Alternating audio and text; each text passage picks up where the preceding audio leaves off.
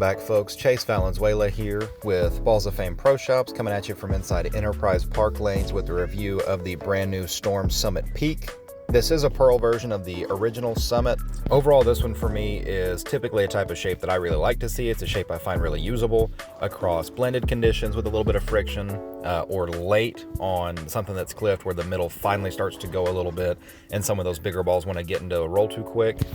This is kind of one of those weirdo shapes with a big, tumbly, symmetrical core and a slightly cleaner, more responsive, although still pretty strong cover stock.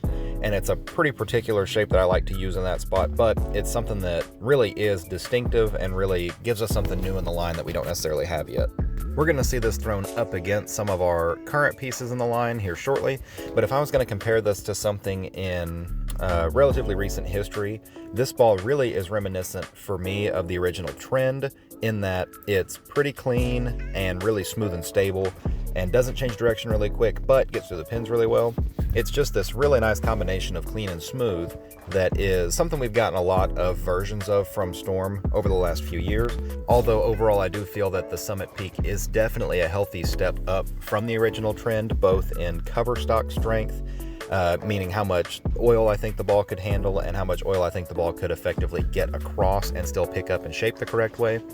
And also having to do with the core and how early it wants to kind of rev up and still keep going down the lane and off the spot. While the Trend was more of a medium strength ball with that R2S Pearl cover stock, I think this is more of an upper mid to even high end ball, at least how I'm going to use it. I'll be able to slot this in right underneath all my really big stuff that's duller, and this will be that first ball that doesn't have a lot of surface on it that I can still throw and get to pick up and read the mid lane fairly early. First up, we're going to compare to the TNT Infused. Overall, the TNT Infused is a much weaker ball, both on paper and in practice. You can see they're not super different shape-wise. The TNT Infused for me is a little cleaner and sharper. I think this is due in large part to the cover stock because the TNT core is pretty round and smooth and even, similar to the Summit core. Overall, I actually see these two complementing each other pretty well. If I can start in something like the Summit Peak on, again, some of those slightly more friction-y house shots that just sort of start out hooking and start out with hook in the front part or the middle part of the lane, then the TNT Infused could potentially be a good ball down for me if they stretch just a touch, because it is a little poppier, but still wants to pick up early enough that I'm not going to really get caught in that carry down and get the ball where it's wiggling.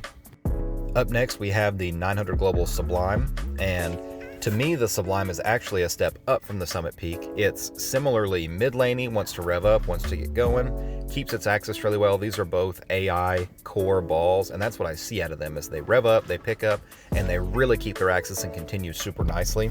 The Sublime overall has a little bit stronger cover formula in my opinion, and wants to hook a little bit earlier overall. The Summit Peak is available now. Come see me at Balls of Fame Pro Shops to get yours, or go see your local Storm VIP Pro Shop to pick yours up. As always, thanks so much for watching, and we'll see you next time.